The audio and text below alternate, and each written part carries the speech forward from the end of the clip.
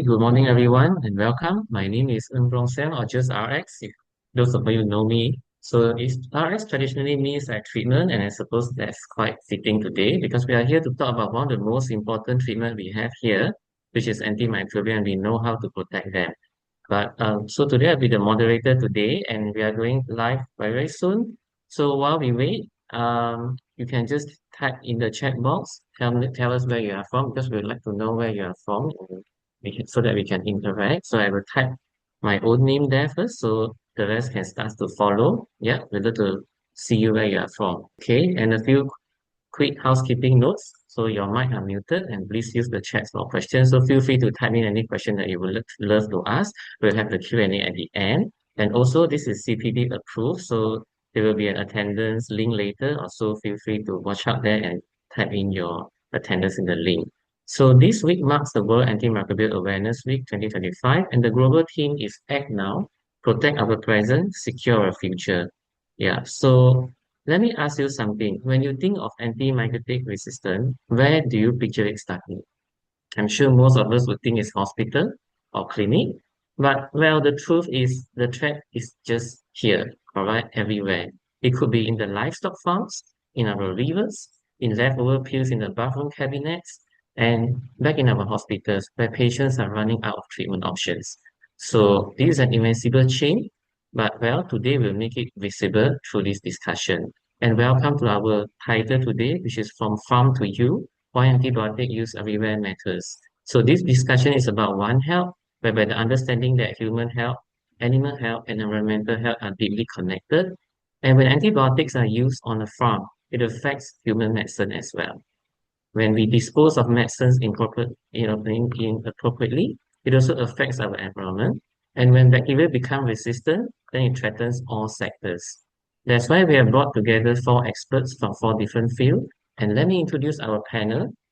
First, we have Professor Dr. Sasheela. She is a senior consultant infectious diseases physician and infection control preventionist who faces the consequences of antibiotic resistance every day, and she leads our antimicrobial stewardship program in UMC.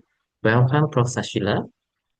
Next, we have Miss Mary Lee. She's a pharmacist, lecturer, and researchers investigating pharmaceutical waste and how improper disposal creates resistant bacteria. Welcome, Mary. And thirdly, we have Dr. Abdullah Kwan. He is a veterinarian, also the head of Medical and Biological Materials Section from the Department of Veterinary Service, working to ensure food security doesn't come at the cost of antibiotic resistance. Welcome, Dr. Adam. And finally, we have Professor Dr. Rafdzah, a public health physician and epidemiologist who is instrumental in shaping Malaysia's national action plan on AMR. Welcome, Prof. Rafdzah. So on our next hour, we'll explore how AMR connects across sections and also each sectors, the challenges that each one of us face, and also strategies that can help us to act now to secure our future. So please keep your questions coming in the chat. We'll address them at the end, and let's begin. So antimicrobial resistance is not confined to hospitals. It is in our food, water, and communities. Let's explore how each one connect under the One Health lens.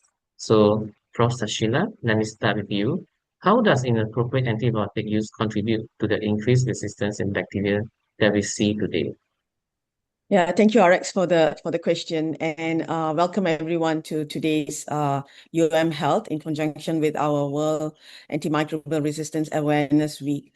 So antibiotic resistance mainly happens to a mechanism called selection pressure. So as you all know, our body has actually more bacteria and organisms than even our human cells.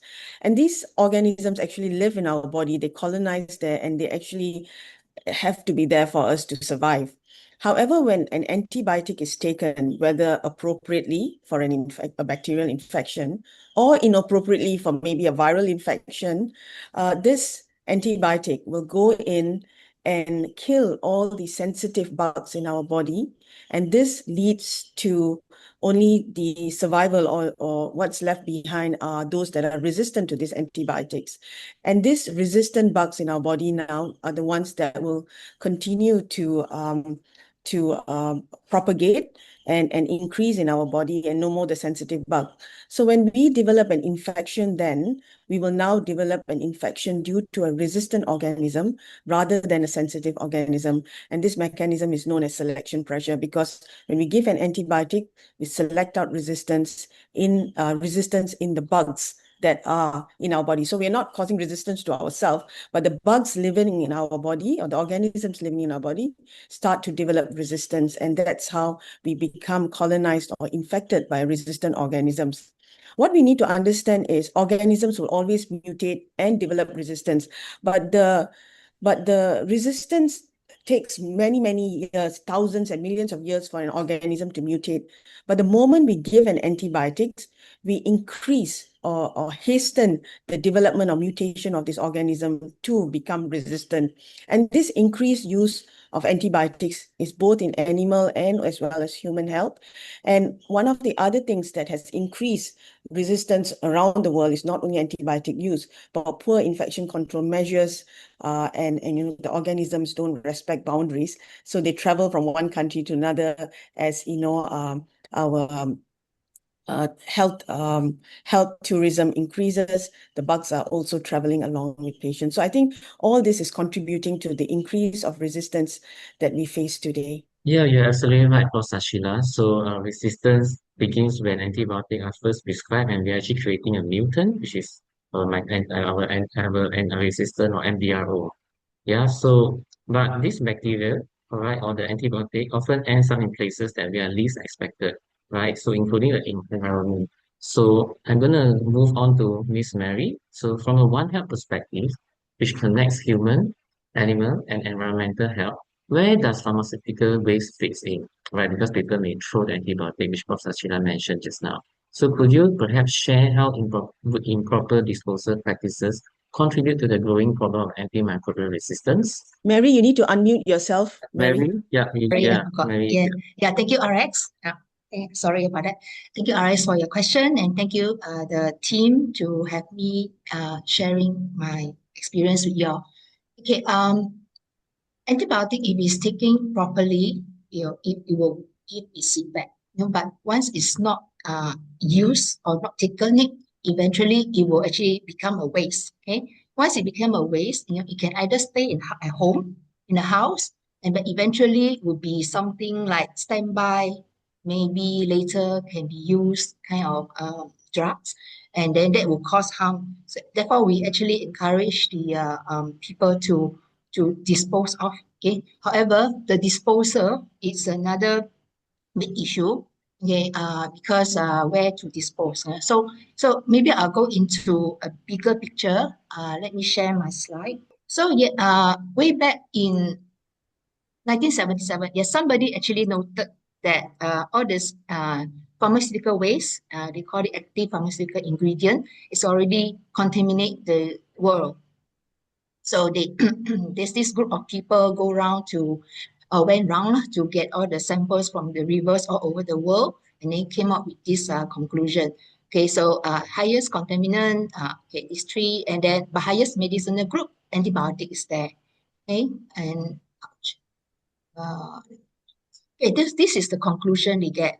Okay, it's a very busy slide, but I want you all to just focus on antibiotics. The first one here, it's trimethoprim and the bacterium group. And this is the number of times they detect these antibiotics. And subsequently, you can see others like I think ciprofloxacin is there. So the other figure, this figure is about the amount, how much concentration present in their findings. Okay, again, metronidazole is there. Okay, so in the whole world, when they did the studies, they found that there are many traces of antibiotics around the rivers that throughout the world. okay. And so when they divide it into a different continents, and then again you can see antibiotics all over the place. And then if you say that it's a bit too far away, is it? What about we zoom into Malaysia? So Malaysia actually is between the 80th and 90th percentile range, and then we actually quite a top winner. And then again, you can see some antibiotics there. Yeah, again is the bacterium group, and then also the ciprofloxacin and metronidazole. Again, you have to say that it's a bit too far, it's 1977, and after that they report it sometime later. What about recent? Okay, so in Malaysia, also a group of researchers look into drinking water in Putrajaya, okay, and then they found also out of the 6 top items or the active pharmaceutical ingredient, they found 5 of them are antibiotics. Okay, again, this another researcher also is running the studies on water. And then if you say that, oh, that is Putrajaya. So I come now to my own experience. I actually run the studies to collect expired and unused medication from the public. And then this is because the whole project is quite big, long. I won't actually elaborate. If you need to know more, you can JPM me. Okay, but overall, we found that the combination of 1 month collection from hospital setting and 3 months collection from community pharmacy, we found again these top 10 antibiotics that people throw. Okay, so at the hospital, the top is surprisingly during that period of time, bacterium is the highest. I think there's a bunch of bacterium was being thrown away at that time, and then the penicillin groups and then the TB group of drugs is there. And then in community pharmacy, it's actually quite mimic how the community used antibiotic. Okay, so this one is how I actually, I stop sharing first. This is how, through my studies, I discovered there are actually existing traces of antibiotics all over the world, all over Malaysia, and now in Putrajaya and around us. So. Yeah, okay, all right. So looks like this environmental contamination is not just happening over the world, but also in our Malaysia here and near to us, yeah. So okay, so that's the perfect time right now. We could move on to Dr. Adam. So environmental contamination is one part of the cycle, but of course we also know that another sort of antibiotic use could be from the livestock farming. So yeah, Dr. Adam, what are the main antibiotics used in livestock production and how are they regulated? Also, is there any form of monitoring of antimicrobial resistance trend in the agricultural sector by your department? And if yes, what are the current trends? Good morning. So for the livestock sector, what we found from the data provided by our marketing authorized holders, as you know, MH are the companies that import, manufacture, on supply and sell antibiotics for livestock. Tetracyclines, penicillin, macrolides, sulfonamides, and aminoglycosides are the common antibiotic used in livestock production for treatment and prevention of bacterial infection and occasionally for metaphylaxis or flock management. In terms of regulation, the registration and regulation of use and distribution for antibiotics of veterinary use is regulated by a single agency which also regulates for human antibiotics, which is the National Pharmaceutical Regulatory Agency, NPRA, and enforced by the Pharmaceutical Enforcement Department, PED, under the Ministry of Health, in accordance with the Poisons Act 1952. So NPRA ensures antibiotics are properly registered and comply with safety, quality, and efficacy requirements before they can be imported, manufactured, or sold. So for us, DVS, we are responsible for monitoring of veterinary antibiotics in livestock. We provide stewardship towards prudent use, which is one of the technical working group number 4, which I am the coordinator under the NARC, National Antimicrobial Resistance Committee, to guidelines, inspection, and awareness programs. And we strictly prohibit the use of antibiotic for growth promoting purposes. So both MPRA, KKM, and DBS, we collaborate closely in the monitoring of antibiotic residue and antimicrobial resistance, AMR, through NARC. We ensure that food of animal origin is safe for human consumption and that antibiotic use remains responsible and sustainable. So in the form of monitoring antimicrobial resistance in the agriculture sector by DVS, we participate in a One Health integrated AMR surveillance. So we manage AMR surveillance in food animals, collecting data from livestock, for example, chicken, pigs, and dairy. We work with the human health sector and food sector under One Health approach, so that AMR data from animal feeds into the national system. We this One Health approach, we standardize the lab testing for bacteria from animals to make sure results are reliable, comparable. We also monitor antibiotic use in farms and check animal product for antibiotic residue and resistant bacteria. We also enforce rules like banning certain antibiotics as growth promoters and promoting good farm practice to reduce the need for antibiotics under the Animal Feed Act 2009. In the Animal Feed Act 2009, there are currently about 32 antibiotics banned for growth promotion in animals, and we are working towards the 2026 and 2030 list, all with consultation from human health sector, especially on the critical antibiotics. So recent findings show that relatively high resistance in food animal production environment.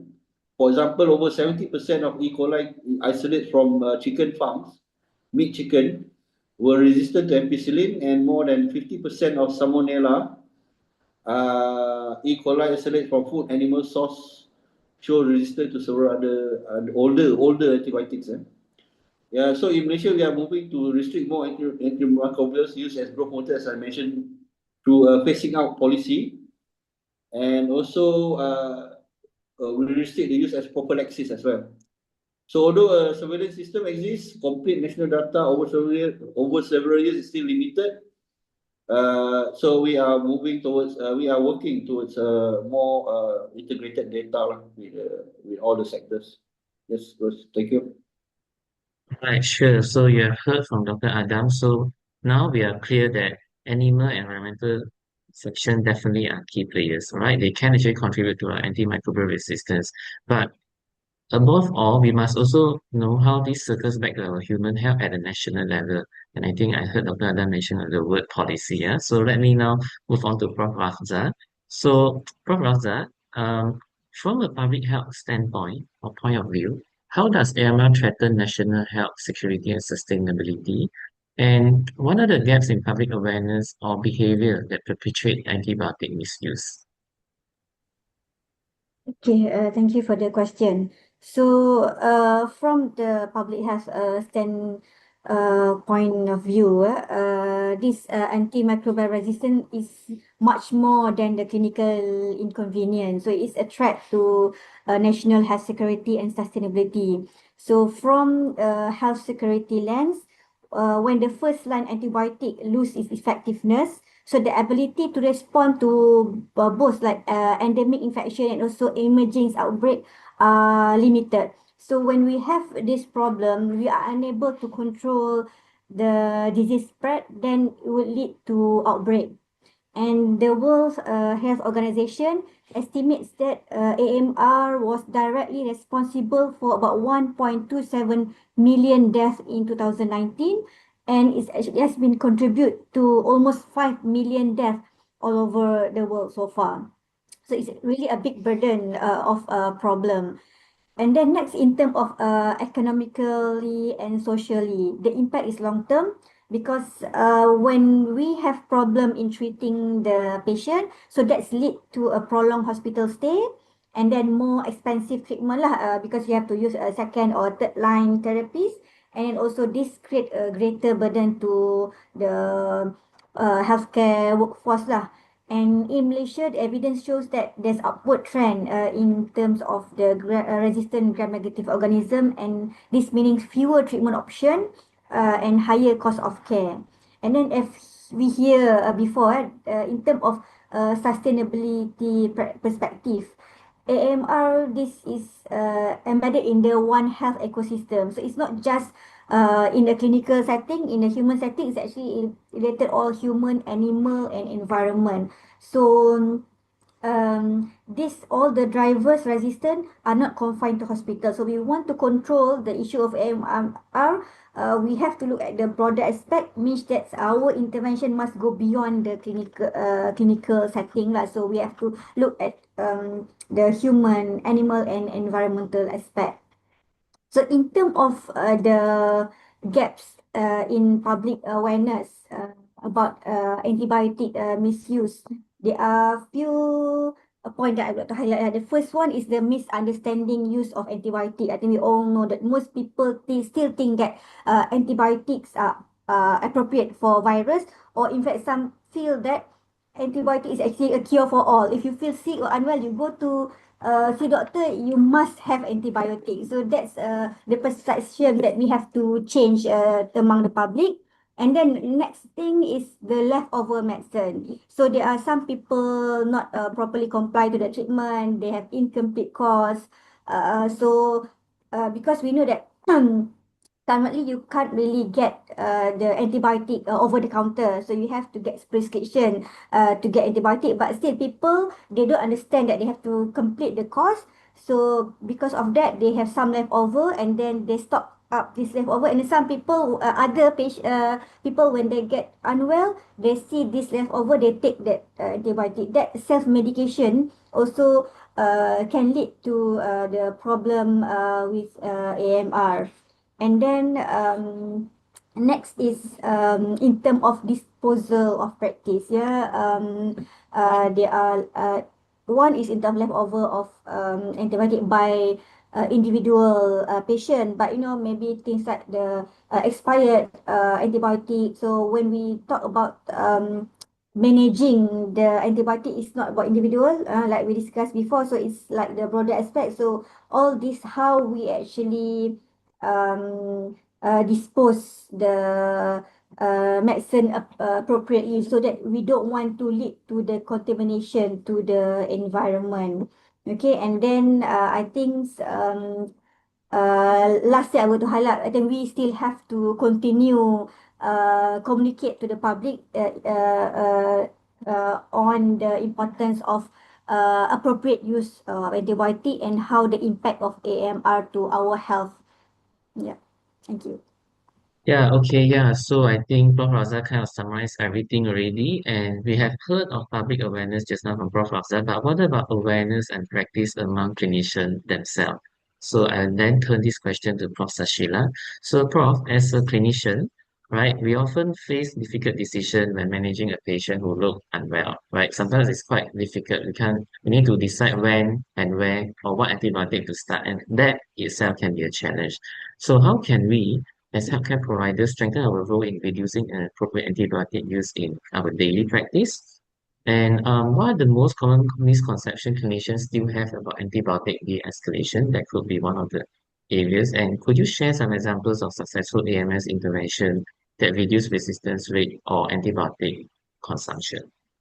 Yeah, thanks, RX. So I think this is a very old problem. I think the important thing is we need to understand that antimicrobial stewardship is not about stopping antibiotics. It is about giving antibiotics at the right time, at the right dose, to the right person.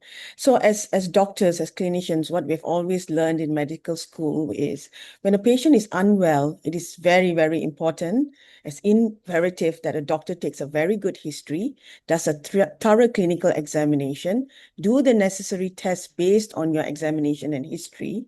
And then if your provisional diagnosis is a possible bacterial infection, then you start empiric antibiotic therapy based on guidelines. So now we have very good national guidelines, our NAG, and UMMC, we have our UMMC guideline, which guides you to give the appropriate antibiotic based on the possible site of infection.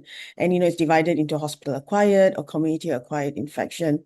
And the important thing is we take appropriate cultures based on our diagnosis. So, for example, if a patient has your provisional diagnosis is just, say, community-acquired pneumonia, don't send a urine culture, send a sputum culture, so you don't treat based on a wrong culture result, which is not even from a sterile site.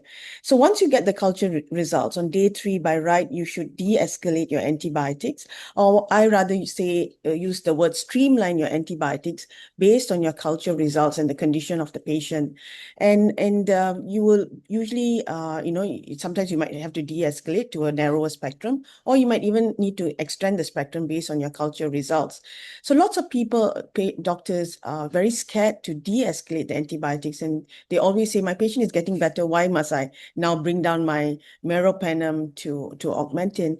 Well, there's enough studies that show, even in an ICU setting, that if you de-escalate the antibiotics to the appropriate targeted therapy, provided source control is done, and the patient's condition, the outcome is much better than those who escalated or didn't do anything. So I think de-escalation is a very important stewardship intervention.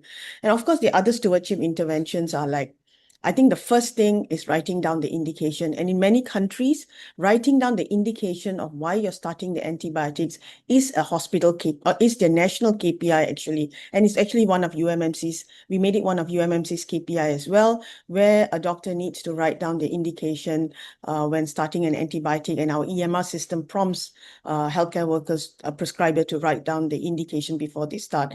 And that's very, very important. Of course, the other stewardship initiatives are following the antibiotic guidelines that we have, choosing the narrower spectrum antibiotics based on the WHO aware classification, which you will choose excess antibiotics rather than watch or reserve based on your diagnosis. And of course, the latest mantra is shorter is better. So for community-acquired pneumonia, 3 to 5 days is more than enough, not our special 14 days for most infection. So now, shorter is better based again on the guidelines. And of course, routine audit and feedback is a very important initiative coupled with education. So these are a few things, but of course you can read up more. Thanks. Yeah, sure. So yes, we have heard of a lot of information of course, Sasheela, and commonly we call them the 5Ds lah. So you heard about that later, or you already know. But anyway, I think Prof. Sasheela mentioned about de-escalation. But when de-escalation is delayed or antibiotics are prolonged unnecessarily, so sometimes this drug can then enter a waste system. So I'm going back to Miss Mary. Could you briefly share some key findings again from your research on drug, especially on the antibiotic disposal? For example, what are the common practices among the public and how much antibiotic waste ends up in the environment? And from your opinion or research, what are the main reasons people dispose the unused in medicine inappropriately? And is it because like lack of awareness, or is it just because convenience, they just want to flush the thing into the toilet or throw into the dustbin, or just because we don't have proper disposal facility that people are aware of? Yeah, over to you, Miss Mary. Okay. So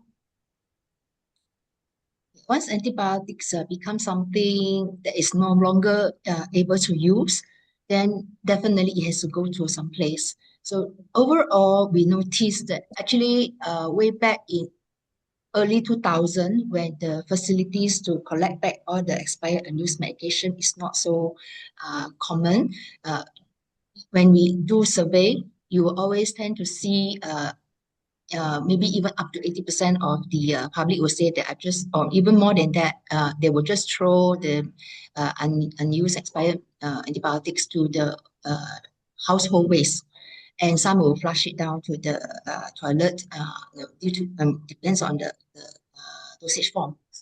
So all these ways to eventually go into our landfill and also our sewage system.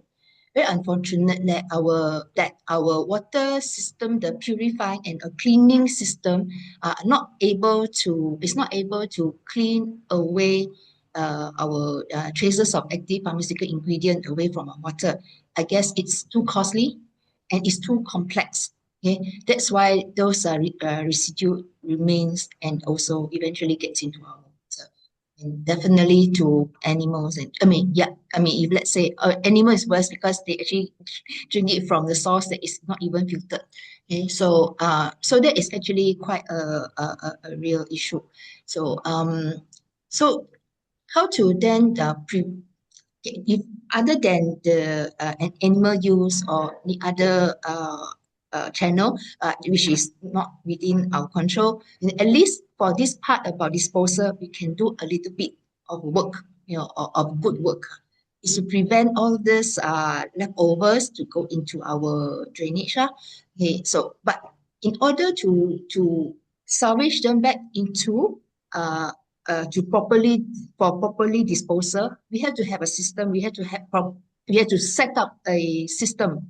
Okay, we need somebody to collect it from the public, and then eventually we need to dispose of. So what is currently what is the best way of disposing of all this unused, expired active pharmaceutical ingredient is through incineration, which is actually they burn under between 1,000 to 1,002 degrees Celsius, and then they will convert all the active ingredients, all the chemicals into ashes that is harmless. And so currently in Malaysia, there's only two places that have these facilities. One is Quality Alam. The other one is in Sarawak, Trinican. So that's all we have. So we should actually do something. So we have to actually provide a service for the people to throw their unused expired medication. So way back in 2016, actually not really with that, 2010, the government, Ministry of Health already started the initiative to collect all these unused and expired or not used, no longer in use medication from the public. Okay, and the pharmacy division also under the Ministry of Health also do it actively. Fortunately, the cost is just too great. So by 2016, they kind of like slowed down. And then from we picked up this project in 2016 by Prof. Deborah Sim from the Department of Pharmacology under Faculty of Medicine. And then we kickstart our safe disposal of unused medicine program under University Living Labs grant. Okay, so for a long story, we cut short the stories. So as of now, this project is going to go national soon. So we'll be waiting for that. So in terms of the practice, before all this project and program and initiative by the interest personnel, patient will have to, or public will have to throw the medication or all the unused pharmaceutical waste into rubbish bin. Okay, so right now we hope and we believe that we have provided another new channel for people to throw their unused expired medication. Okay, all right. Thanks, Miss Mary. So I think that we have seen some effort that's ongoing already. So we all know that poor disposal and excessive use of, both ways, excessive use of antibiotics can actually amplify environmental exposure. But responsible veterinarian use also can help to close the loop, right? Because we are talking about One Health. So moving on to Dr. Adam, are there current national efforts to reduce antibiotic use in food animals without compromising productivity? I think that's what farmers are worried about. And what role do veterinarians play in educating farmers on preventing animal health to reduce antibiotic dependence? Yeah, over to you. Thank you, Rex.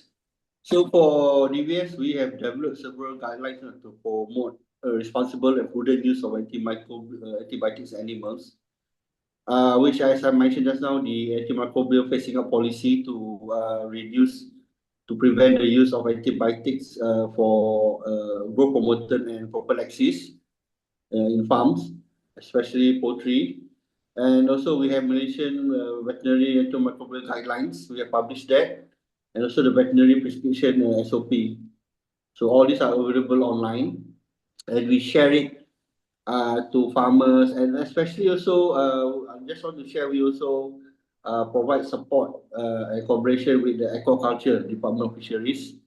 So they are coming on board very strongly to control antibiotics in fish as well, in fisheries. We provide all the support, technical guidance. So microbial phasing out policy, as you know, we are gradually phasing out the use of important, especially CIA, critically important antibiotics in human use in animal sector as growth promoters and prophylaxis. So these antibiotics, avoparcin, chloramphenicol, colistin, and ratufuran is outright banned, cannot be used at all in animal. So the plan is to phase out 32 plus another maybe 10 by 2030. So this to reduce unnecessary antibiotic use and control resistance while keeping animals healthy and productive.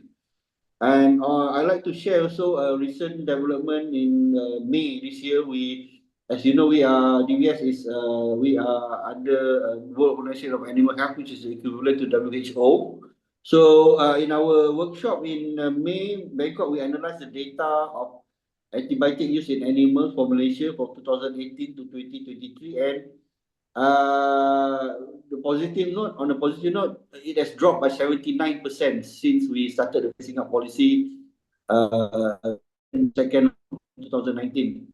So that's a very reduced significant reduction of antibiotics in animal livestock sector, 79%, and it has sustained from 2019 until 2023. So I hope the trend will be sustainable. We hope to see more this sustainable. And also importantly, only about 2.98% of human highly critical important antibiotics for human, only 2.98% is used in animal sector. So from the data, we find that livestock sector, we very much limit the use of human antibiotics, important antibiotics. And this also reduced from the period 2018 by 50%. So that's a good trend, I think, to move forward. And also for this animal sector, we find that there is increasing trend of an alternative to antibiotics as a growth promoter. So there are currently about 12 alternative for antibiotics as growth promoter. Prebiotics, probiotics, we have phytogenics, herbal, acidifiers, organic acids, enzymes, postbiotics, yeast derivatives, bacteriocins, competitive exclusion products, immunomodulators, symbiotics, mycotoxin binders.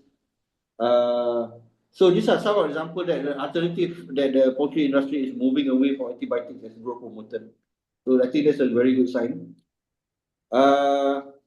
And also in terms of food security, interestingly, WOA also studying model countries where although antibiotic use for animals as growth promoter has been restricted, the production remains the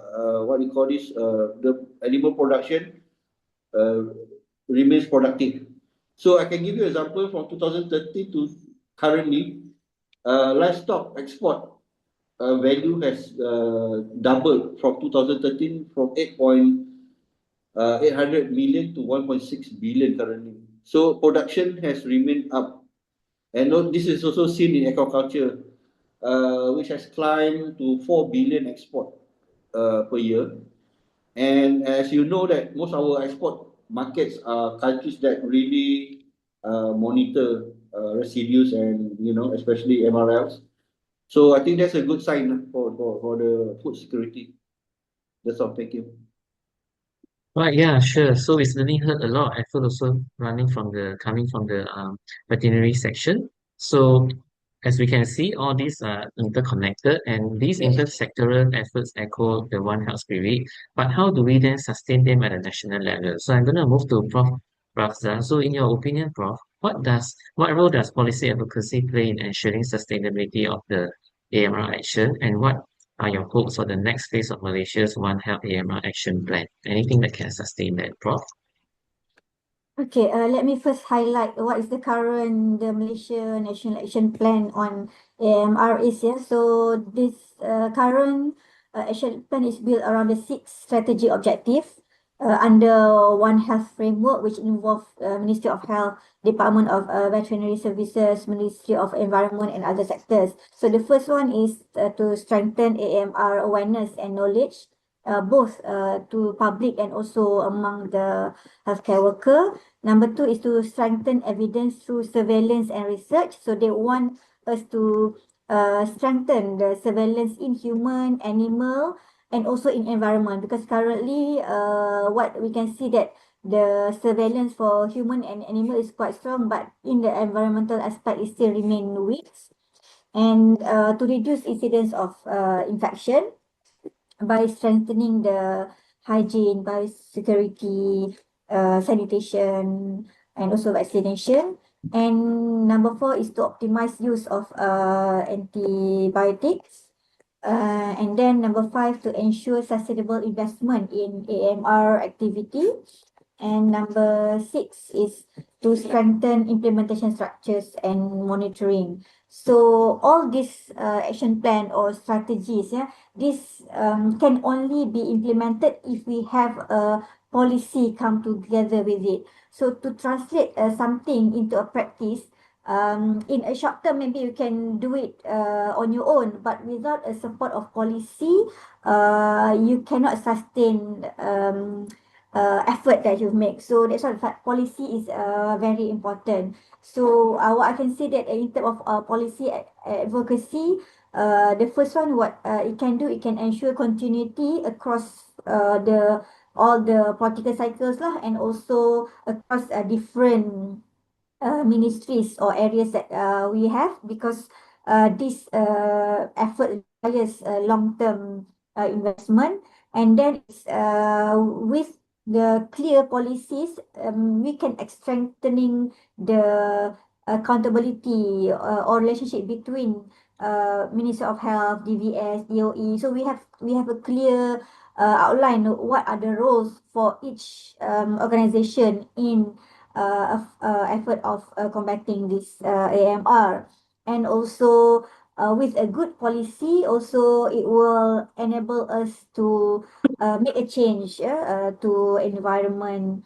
Um, so that's why to sustain any effort, the policy is very important.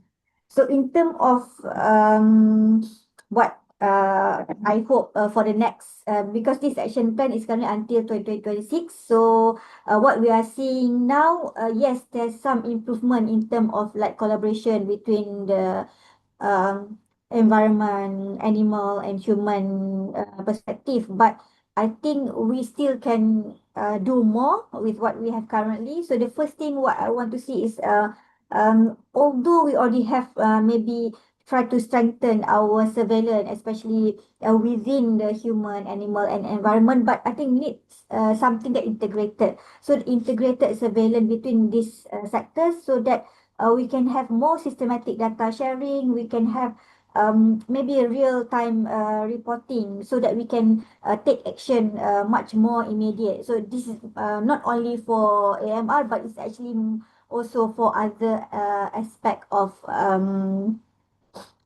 threat also. For example,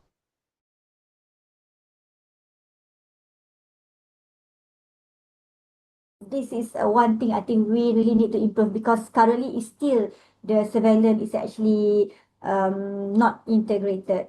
Okay, and then next is in term of the implementation of the antimicrobial stewardship kan. I think we have to promote that beyond hospital. We know that we've done a lot for within the hospital, but I think this is we need more to go beyond the hospital, go towards the primary care communities, and also the high risk area, like those involve farmings and also vets.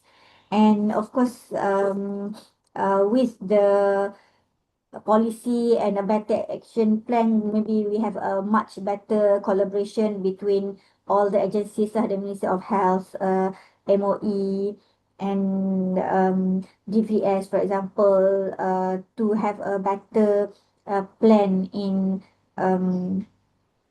organizing activity towards the antimicrobial stewardship and prevent AMR. So basically, we need a more coordinated and integrated system, and it needs to be inclusive and actually that apply to all field and also beyond the clinical setting, which include community.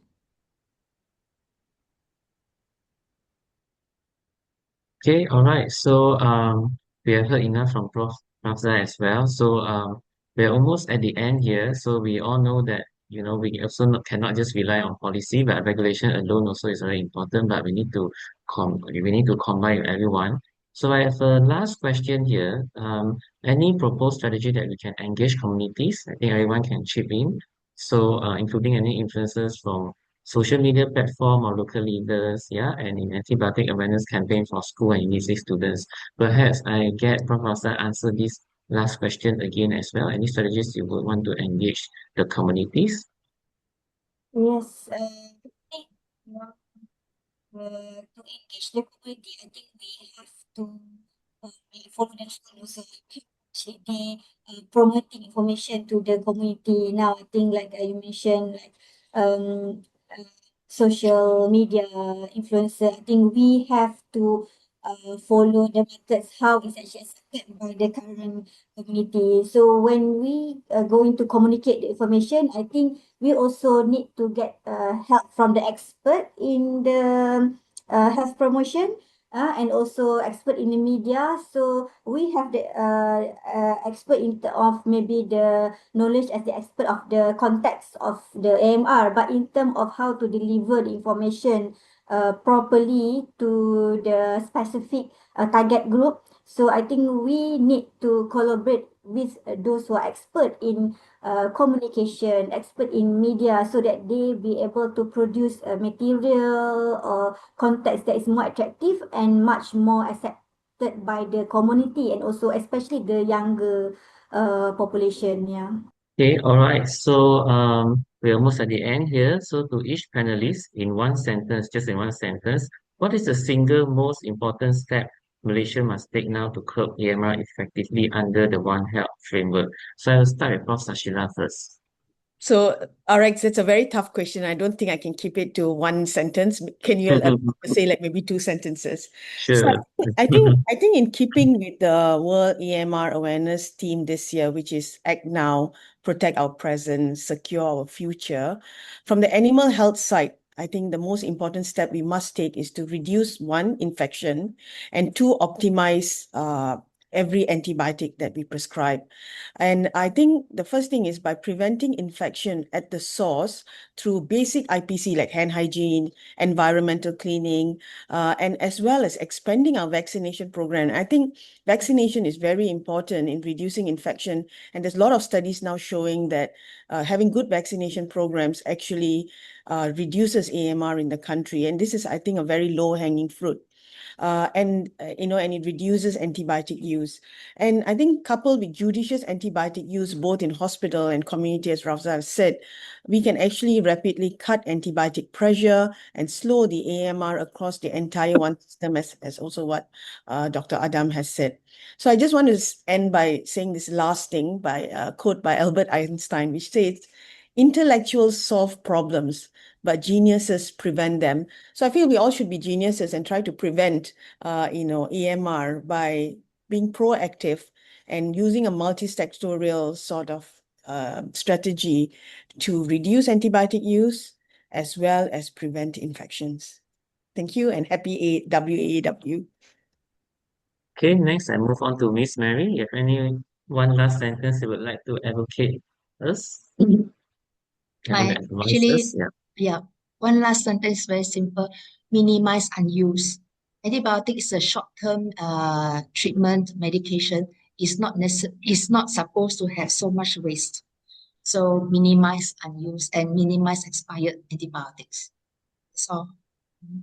Okay, very good, very important. Next, Dr. Adam. For DBS, I think we want to sustain national food security, but we aim for healthy, productive animals, where antibiotics is used wisely and AMR is kept under control through DBS and KKM teamwork, and we hope for sustained awareness among our farmers and veterinarians. Okay, all right. Lastly, Prof. Rafdzah. Yes, I just want to highlight one word, awareness. So we really need to increase awareness on the importance of appropriate use of antibiotic and the impact of AMR. Okay, all right, sure. So, well, this World Antimicrobial Awareness Week, well, this year punya call is Act Now, Protect Our Present, Secure Our Future. So our present is already at risk, but our future, we can still change it, right? That's still in our hand, and it all starts what we choose to do today, not tomorrow, not when we have more funding or not when we have better data, but just today, all right? So we'll move on to Q&A section. We have some comments and questions, but I'll start with one of the questions where I think a lot of people would be wondering. This is by Prof. David. So he's asking if you get a URTI in community and it goes to the chest and you get a productive cough. The sputum, what he meant is that the sputum then turn into green color.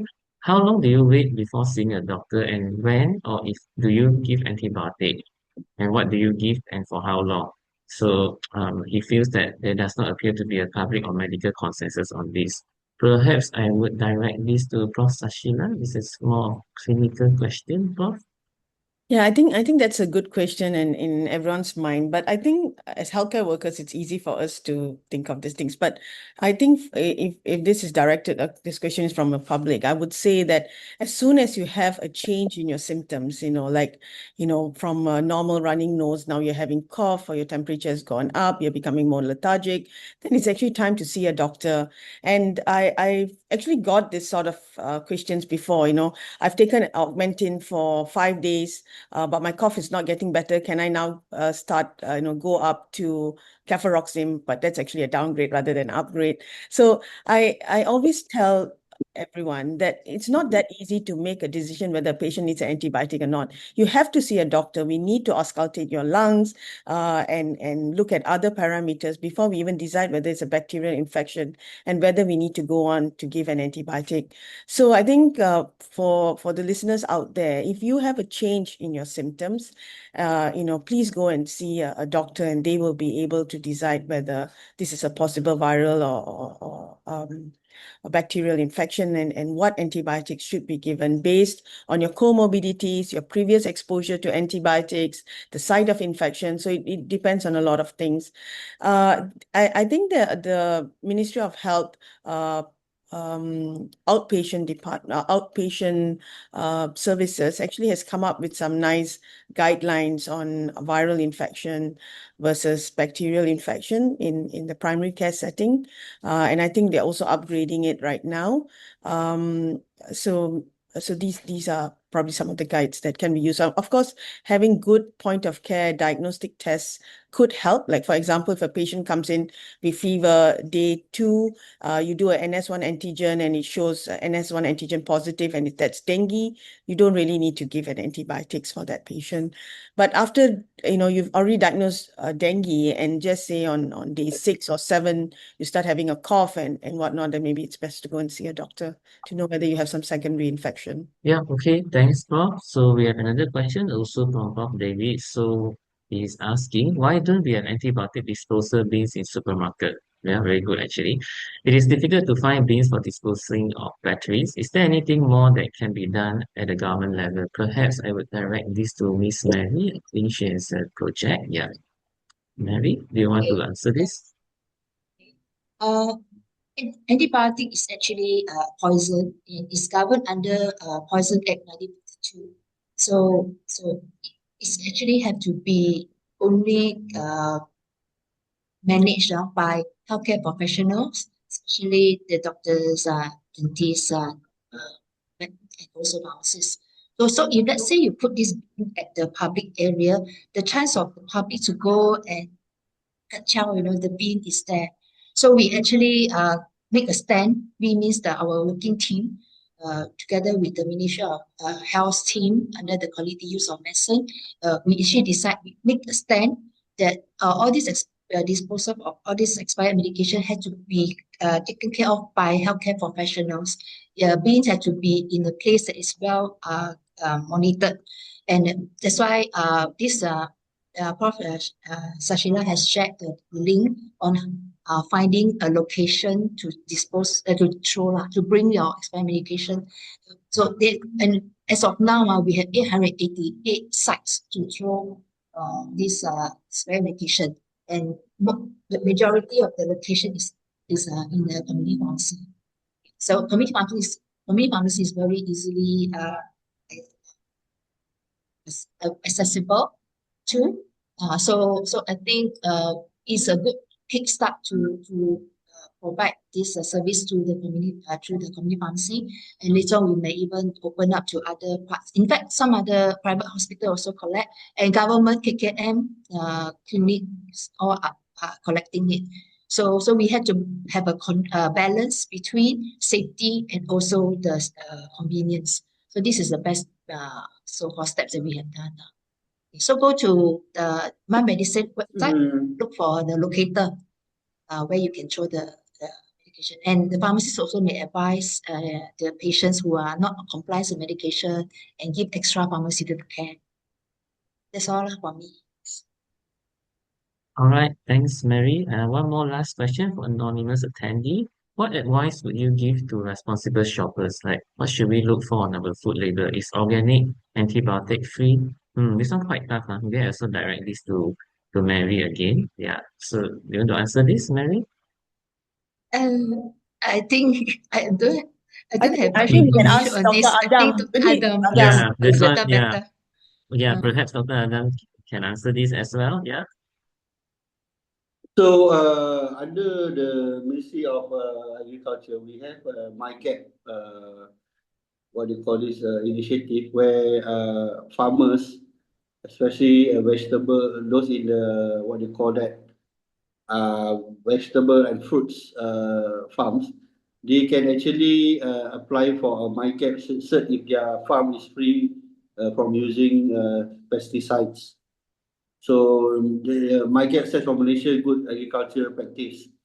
And for certain livestock products, for example, eggs, there are farms that do not use antibiotics as well. So they claim for this certification for antibiotic-free eggs.